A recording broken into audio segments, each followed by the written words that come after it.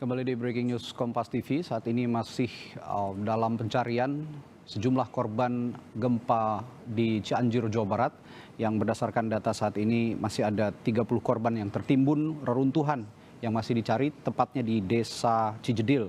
Namun secara keseluruhan masih ada 151 korban yang masih dicari, dan saat ini tim SAR sudah dikerahkan dalam 12 tim, maksudnya 16 tim yang dibagi dua fokus pencarian. Dan saat ini, siang ini, sudah ada Menteri Koordinator Pembangunan Manusia dan Kebudayaan yang bergabung dalam Breaking News Kompas TV siang hari ini, ada Pak Muhadjir Effendi. Selamat siang Pak Muhadjir. Selamat siang Mas Radi. Sehat Pak Muhadjir ya? Alhamdulillah. Alhamdulillah. Pak Muhadjir, kemarin kan sempat ke sana juga ya Pak Muhadjir. Yang terakhir, data yang sudah masuk ke Anda Pak, korban di Cianjur ini sudah berapa Pak? Sama dengan yang disampaikan oleh Kepala BNPB, 268. Baik. Dan masih ada kemungkinan bertambah karena pencarian di titik-titik yang masih punya potensi, di situ ada yang tertimbun, itu masih besar ya. Dan sekarang sedang dilakukan pencarian di 4 titik yang sedang difokuskan ya. Mudah-mudahan segera kelar pada hari ini sehingga kita bisa membuat langkah yang lebih jauh ya. Baik, Pak, masih ada pencarian di 4 titik. Berdasarkan laporan yang Bapak terima dari tim di lapangan, yang menjadi kendala utama untuk proses pencarian ini sampai hari ini apa sih Pak? Kalau kendala yang prinsip saya rasa tidak ada karena semua titik pencarian ini bisa dijangkau, hanya memang luasnya sangat tingkat keluasannya yang butuh seperti yang terlihat di dalam gambar ini kan di daerah lintas jalan nasional yang di situ kebetulan ada warung dan diduga di situ juga ada kendaraan yang tertimbun. Nah itu jadi itu sangat dalam itu tempatnya dan sehingga perlu waktu, hati-hati karena kalau langsung menggunakan alat berat kita khawatirkan korbannya juga kena gitu ya.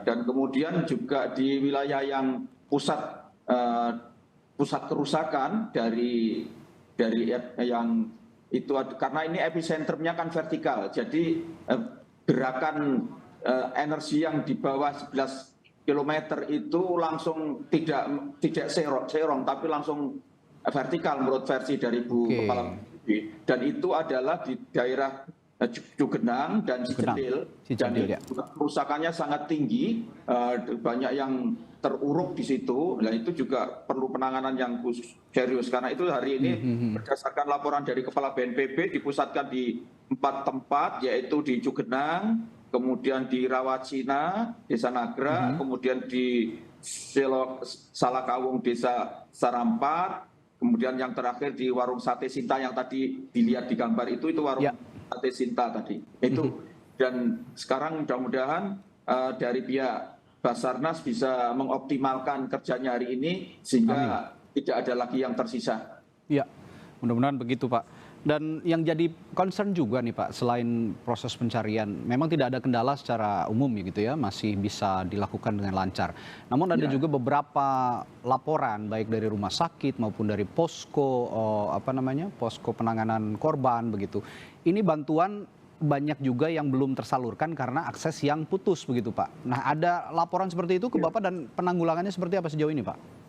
Dari laporan Kepala BNPB masih ada 2 desa yang terputus dan hari ini sudah diatasi dengan cara mengirim perbekalannya melalui helikopter. Oke, sudah ada helikopter yang beroperasi. Ada 2 helikopter yang disediakan, ada dari BNPB 1 dan dari Basarnas 1, sehingga mudah-mudahan hari ini bisa semuanya bisa terselesaikan dalam masalah supply bahan pangan maupun untuk kebutuhan sehari-hari.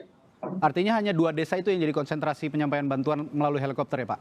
Sepanjang yang kita tahu 2 desa ini yang memang terisolir, dan untuk yang lain masih bisa dicapai termasuk darat ya? Dan juga sebagian kita himbau untuk turun saja, jangan nunggu di sana, terutama yang perlu perawatan serius misalnya yang hamil tua itu upayakan nanti dibawa ke bawah untuk bisa mendapatkan pelayanan yang baik. walaupun di puskesmas di daerah-daerah bencana ini juga sudah tidak berfungsi, Ya. karena itu kita harus ambil bawa keluar, atau kalau yang memang sudah tidak mungkin ditunda lagi melahirkannya, itu dibuka semacam tempat BKIA darurat. Kemarin saya sudah minta kepada tenaga staf dari Kemensos untuk khusus di Cugenang itu ada satu tenda yang dikhususkan untuk ibu-ibu yang sedang hamil tua, yang siap, yang kemungkinan akan melahirkan pada saat dia berada di pusat penampungan itu.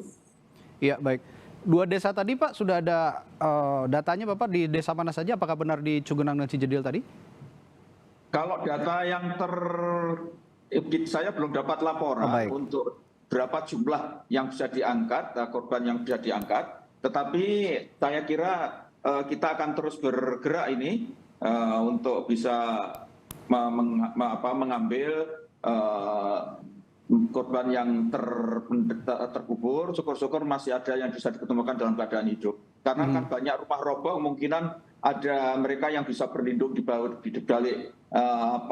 kayu-kayu penyangga, mungkin dia juga masih bisa selamat di situ. Iya, termasuk Pak 2 desa yang masih terputus aksesnya. Apakah Bapak sudah dapat datanya, desa mana ini saja yang memang jadi perhatian, yang terputus aksesnya tadi? Yang terputus aksesnya tadi saya lupa itu, mohon maaf. Baik. Ada 2 desa yang laporan dari Kepala BNPB sudah dikirim melalui supply dari bantuan dengan helikopter. Helikopter yang pasti bantuan sudah mulai disampaikan melalui helikopter. Tadi Bapak juga menyinggung tenda-tenda, posko-posko yang didirikan sudah ada di beberapa titik, tapi masih ada warga yang tetap memilih bertahan gitu untuk mungkin mencari harta benda mereka yang tersisa, atau mungkin bahkan menunggu keluarga mereka yang masih belum ditemukan oleh tim SAR. Ada imbauan khusus karena struktur rumah, struktur bangunan juga ini masih berbahaya untuk mereka tinggal di sana begitu. Ada imbauan khusus untuk warga Pak di sana Pak? Ya, sebaiknya mereka, Bapak, Bapak, Ibu yang sekarang masih bertahan di dekat rumahnya, membangun tenda-tenda darurat seadanya di sekitarnya itu, supaya bersedia untuk ditampung di tempat-tempat penampungan terpusat, sehingga pelayanannya bisa lebih terjamin, dan juga kalau ada apa-apa itu bisa ditanggulangi secepatnya. Dan saya juga sudah memohon kepada Bapak Kapolri untuk mengerahkan aparat kepolisian, termasuk di Babin Kamtipmasnya, untuk mengawasi kemungkinan terjadi praktek-praktek tidak baik, orang-orang yang memanfaatkan orang yang sedang susah ini, misalnya dengan mengambil barang atau melakukan pencurian. Sebagian besar yang dikhawatirkan oleh mereka adalah harta benda yang di rumahnya itu dicuri orang. Kemudian ada juga yang memang sementara bertahan di tempat itu sambil menunggu keluarganya yang belum ketemu, dan ada juga yang sudah ketemu sambil menunggu keluarganya untuk dirawat, dirawat jenazahnya sampai di penguburan. Kemarin ada beberapa orang yang cedera datang ke rumah sakit, saya tanya kenapa kok baru sekarang? Karena cederanya ringan dan dia masih menunggu sampai anaknya yang meninggal dirawat sampai selesai. Jadi ada banyak alasan, tapi sebagian besar khawatir kalau harta bendanya diambil orang. Karena itu menurut saya sebagian besar sebaiknya percayakan kepada aparat. Di situ sudah ada Babinsa, ada Babin Kamtipmas yang kerjanya juga sangat hebat di masing-masing, dan nanti akan saya mohon diperkuat oleh bantuan dari aparat kepolisian dari Bapak Kapolri. Baik. Pak Muhadjir, kami paham saat ini pemerintah, tim gabungan, Polri, TNI, juga SAR, BNPB masih bekerja keras untuk berfokus untuk mencari korban yang masih hilang, dan juga membereskan semua puing-puing bangunan yang masih berserakan begitu dan membahayakan warga di sana. Tapi yang ingin kami tanyakan, sudah adakah alokasi dana bantuan untuk hunian sementara nantinya jika memang proses pencarian sudah selesai dan korban sudah ditemukan semua, sudah ada alokasi dananya, dan kira-kira berapa inventarisasi Anda, berapa hunian sementara yang disiapkan oleh pemerintah? Karena ini juga tentu memberi harapan pada warga yang rumahnya hancur karena gempa kemarin, Pak. Kalau dana insya Allah siap ya, karena Oke. di masing-masing pemerintah, baik di pemerintah kabupaten, provinsi, itu juga sudah ada dana yang di situ memang digunakan berjaga-jaga kalau ada bencana. Oke. Karena itu kemarin Pak Bupati sudah memberi komitmen akan mengeluarkan 5 miliar, Oke. kemudian Pak Gubernur juga akan mengeluarkan 20 miliar, sisanya BNPB sudah mengeluarkan juga 1,5 miliar itu untuk biaya operasional, dan 500 juta untuk biaya penambahan konsumsi yang dibutuhkan oleh para 500 miliar, ya 500 miliar, 500, ya betul 500 juta untuk keperluan itu. Dan nanti untuk dana-dana elastisitas, artinya dana yang harus ditambah karena seiring dengan perkembangan masalahnya itu disediakan oleh BNPB. Sedangkan untuk tahap rehab rekon nanti, rehabilitasi dan rekonstruksi, itu nanti pemerintah pusat juga sudah menyiapkan dari Ibu Menteri Keuangan, itu disiapkan dari BUN.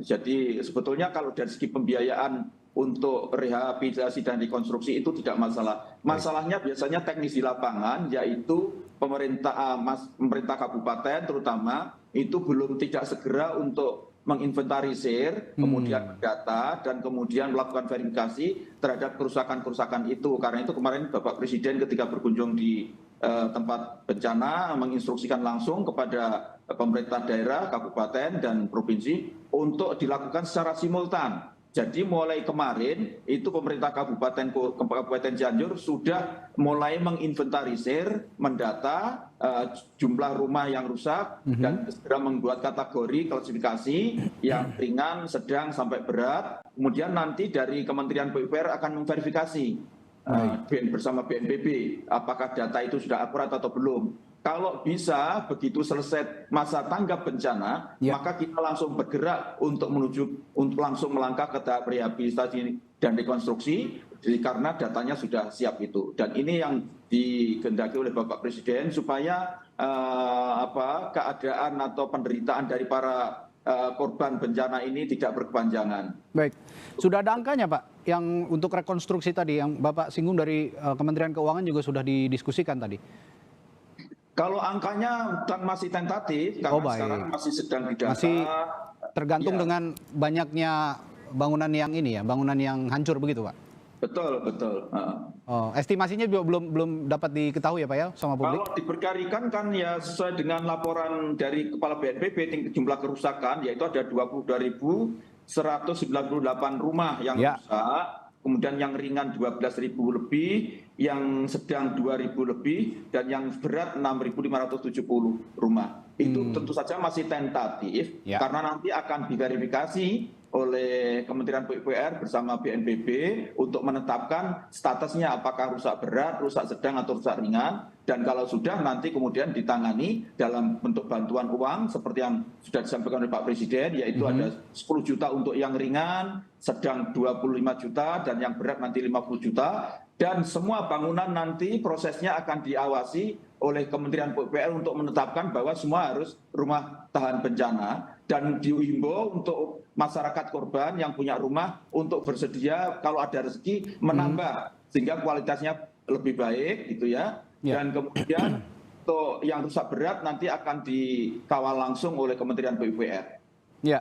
Dan tadi juga ditambah dari Bupati Pak Muhadjir bilang tadi ada 5 miliar ya Pak ya.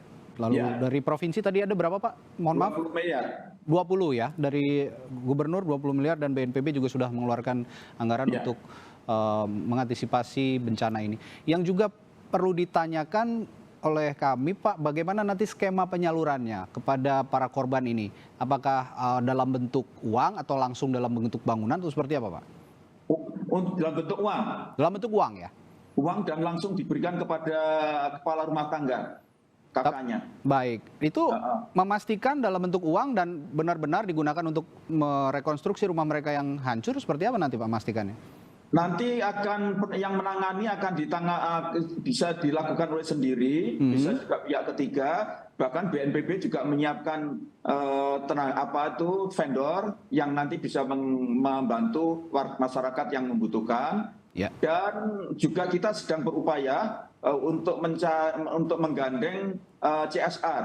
Oh baik. Jadi nanti 50 juta itu bisa saja nilai menjadi 100 juta, bahkan 150 juta kalau memang kemudian ada CSR yang juga siap untuk memberikan bantuan. Dan saya yakin berdasarkan pengalaman kita menangani bencana, terutama yang terakhir itu di Lumajang, itu banyak sekali pihak filantropi, penyumbang sukarela ini ikut berpartisipasi. Itu Mas. Baik. Begini Pak Muhadjir, meskipun nanti juga publik atau warga yang menjadi korban ini sudah diberikan bantuan dalam bentuk uang dan merekonstruksi rumah mereka, yang perlu diedukasi juga bagaimana mereka membangun kembali rumah-rumah mereka dengan konstruksi yang tahan gempa. Karena memang daerah Jawa Barat, Jawa Tengah, Jawa Timur, pokoknya di Pulau Jawa ini memang rawan sekali gempa karena patahan di mana-mana begitu Pak. Edukasinya bagaimana memastikan bahwa mereka nanti membangun dengan rumah-rumah mereka dengan konstruksi tahan gempa begitu? Inilah nanti yang harus dimatangkan ketika pada tahap rehabilitasi dan rekonstruksi rehab-rekon. Kemarin sudah ada diskusi kecil Pak Bupati, Pak Gubernur dengan Kepala BMKG dan kita semua untuk bagaimana supaya bencana di Cianjur ini dijadikan alat pendekatan untuk melihat masalah secara lebih komprehensif. Ya, tidak hanya aspek-aspek yang sifatnya itu sementara, tetapi kalau bisa dirancang jauh lebih permanen. Mengingat wilayah Cianjur ini juga tidak lepas dari lintasan dari patahan atau sesar aktif yang jumlahnya sekarang diketahui ada 6 yang berkeliaran di Jawa yang Jawa Barat itu, sehingga nanti penanganannya diharapkan akan lebih menyeluruh. Dan saya himbau perguruan tinggi juga ikut terlibat karena ini saya kira persoalan yang sangat krusial, karena kita berupaya bagaimana untuk jangka panjang risiko bencana ini betul-betul ditekan seminimal mungkin. Salah satunya adalah perencanaan jangka panjang yang lebih permanen, yang betul-betul menyelesaikan hal-hal yang sifatnya fundamental, bukan sekedar penanganan secara superficial seperti menangga bencana yang kita lakukan sekarang ini. Baik. Terakhir Pak Muhadjir, kami juga sebagai media ini punya kewajiban kepada publik, terutama para korban, untuk memastikan ini penanganan pasca bencana ini tertangani dengan baik. Laporan di lapangan dari tim kami ini masih banyak juga Pak yang masih belum terima bantuan. Nah, ada bisakah dari pemerintah pusat atau khususnya Pak Muhadjir gitu mempush pemerintah daerah dan juga tim di lapangan untuk segera menyampaikan bantuan Pak? Saya kira pertama saya mengucapkan terima kasih kepada teman-teman yang di media yang justru pemberitaan itu tidak kita takuti, justru kita ingin dapat berita-berita yang sahih, yang akurat untuk dijadikan feedback, jadikan umpan balik agar kita bisa merespon secara cepat terhadap masalah yang belum beres di lapangan. Kalau bisa rekan-rekan wartawan kalau sudah memuat berita itu sebut saja di mana tempatnya, kalau perlu siapa orangnya dan masalahnya apa, itu pasti akan segera kita respon. Dan kalau bisa langsung bisa telepon juga di posko yang sekarang sudah dibuka di Pendopo Kabupaten Cianjur, sehingga kita bisa bergerak cepat untuk meresponnya. Karena kita tidak ingin memang ada masalah yang bertele-tele gara-gara kita tidak mendapatkan informasi yang cukup. Saya sudah telepon Bu Mensos. Sekarang kalau nanti verifikasi korban ini sudah selesai, nanti akan ada bantuan juga dari pemerintah melalui Kemensos, baik yang meninggal maupun yang luka. Yang meninggal itu nanti akan ada santunan 15 juta, sedangkan yang luka, yang berat dan yang ringan nanti akan ada hitungannya sendiri. Baik, kami pastikan juga nanti kita akan terus mengawal bagaimana penyampaian bantuan ini bisa tersampaikan dengan baik Pak Muhadjir di lapangan. Mudah-mudahan segera tertangani dengan baik. Terima kasih Pak Muhadjir Effendi, Menteri Koordinator Pembangunan Manusia dan Kebudayaan, telah berbagi informasi dan juga perspektif tentang penyampaian bantuan gempa di Cianjur siang hari ini. Terima kasih Pak. Dan saudara, yang Anda saksikan ini adalah Ketua Palang Merah Indonesia Yusuf Kalla yang sedang mengunjungi posko bantuan bencana gempa di Cianjur, Jawa Barat.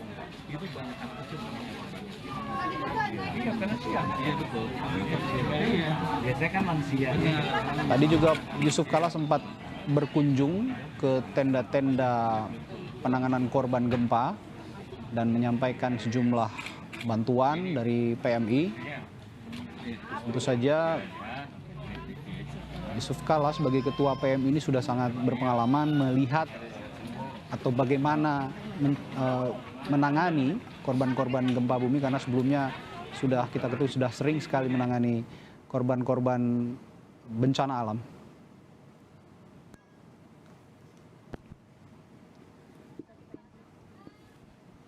Kami akan mencoba juga untuk mewawancarai Yusuf Kalla siang hari ini yang sedang berkunjung ke posko korban gempa Cianjur di Rumah Sakit Umum Daerah Sayang, Cianjur, Jawa Barat.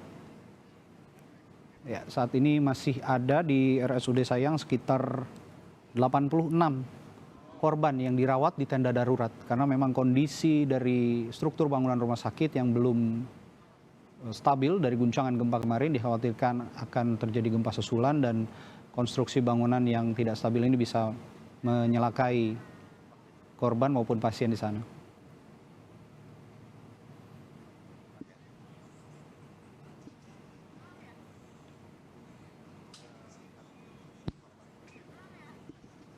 Ya tentu karena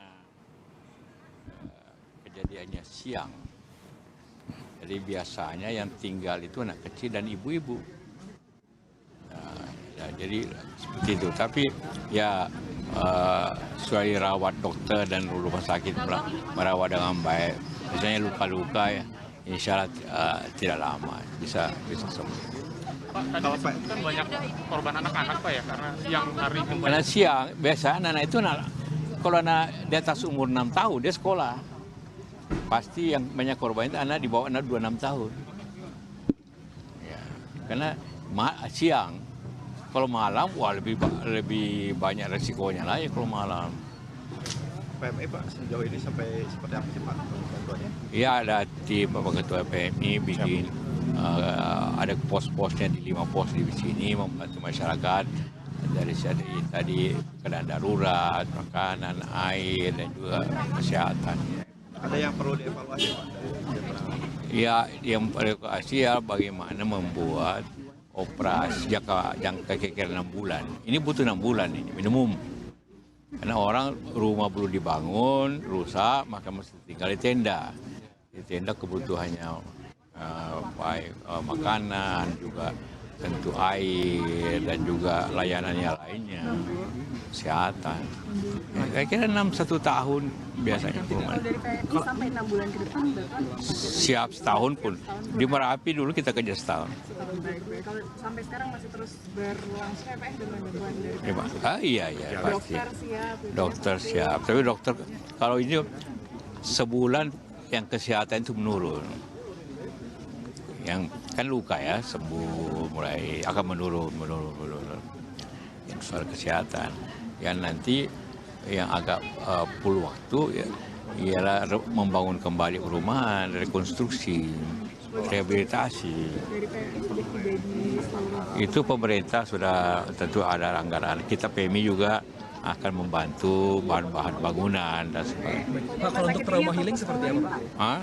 Di rumah sakit ini atau posko lain sudah Sudah. Pak, kalau anak-anak kan mungkin luka bisa dirawat oleh dokter, tapi kalau untuk trauma healing seperti apa pendampingan PMI untuk ke depan? Iya, tadi ada di suatu camp yang kerak, ada anak-anak main, nyanyi-nyanyi. Baik, dan anak-anak itu asal kumpul-kumpul itu diberi sedikit cara, dia akan tetap itu. Karena itu. Baik, artinya ini juga prosesnya trauma healingnya akan berlangsung cukup panjang juga ya Pak untuk benar-benar. Tidak juga, kalau mereka sudah mulai normal membangun, ya trauma healing itu dibutuhkan 1-2 bulan. Kalau untuk kantong darah gimana? Atau darah, tidak soal. Di sini, saya kira Pasokan masih normal Pak? no, 200 labu perlu. Kita kalau ada masalah bisa ambil dari Bogor, Sukabumi, dan Jakarta. Kita, Logistik dan perawatan apalagi? hah? Apa? Persiapan untuk rehabilitasi sekarang. Ya kira-kira masih darurat. Karena persiapan untuk keadaan darurat, makanan, kesehatan, juga tempat tinggal sementara, tenda-tenda, air, Yang paling lama itu nanti air, karena semua rusak kan. Lalu yang mana lagi Pak agendanya Pak? Siap. Makasih banyak Pak. Makasih banyak. Ya itu tadi wawancara kami dengan Ketua Palang Merah Indonesia Yusuf Kalla yang mengunjungi korban gempa di Rumah Sakit Umum Daerah Sayang Cianjur, Jawa Barat. Tadi Yusuf Kalla menyampaikan setelah meninjau para korban, melihat para korban kondisinya seperti apa, ia menyimpulkan korban luka yang dirawat di tenda-tenda darurat ini akan cepat tertangani karena korban-korban yang mengalami luka berat sudah dirujuk ke rumah sakit yang lebih besar dan ditangani di sana. Lalu ada juga JK tadi berbicara soal pembangunan ulang pasca gempa, rekonstruksi daerah pasca gempa ini akan memakan waktu kurang lebih 6 hingga 1 tahun, 6 bulan hingga 1 tahun seperti yang juga pernah dilakukan di Merapi saat bencana Gunung Merapi terjadi beberapa tahun yang lalu. Lalu PMI juga akan membantu bahan bangunan, tadi JK mengatakan seperti itu. Selain dari pemerintah, PMI juga akan memasok bahan-bahan bangunan untuk rekonstruksi bangunan rumah dan juga sarana dan prasarana di Cianjur yang hancur akibat gempa kemarin. Penanganan pasca trauma, terutama pada anak-anak, tadi Yusuf Kalla juga sudah meninjau bahwa anak-anak ini masih dapat bermain dengan ceria begitu setelah gempa yang terjadi. Namun ada juga yang beberapa anak mengalami trauma yang harus ditangani secara intensif. Kira-kira 1 hingga 2 bulan penanganan pasca trauma kepada anak-anak ini dikatakan Yusuf Kalla akan bisa tertangani dengan baik. Untuk pasokan darah, Yusuf Kalla juga tadi menekankan jika ada korban yang memerlukan darah dari PMI menyediakan 200 labu per minggu untuk pasokan kebutuhan darah bagi korban-korban yang saat ini mengalami kekurangan darah akibat menjadi korban di peristiwa gempa bumi bermagnitudo 5,6 yang terjadi di Cianjur, Jawa Barat.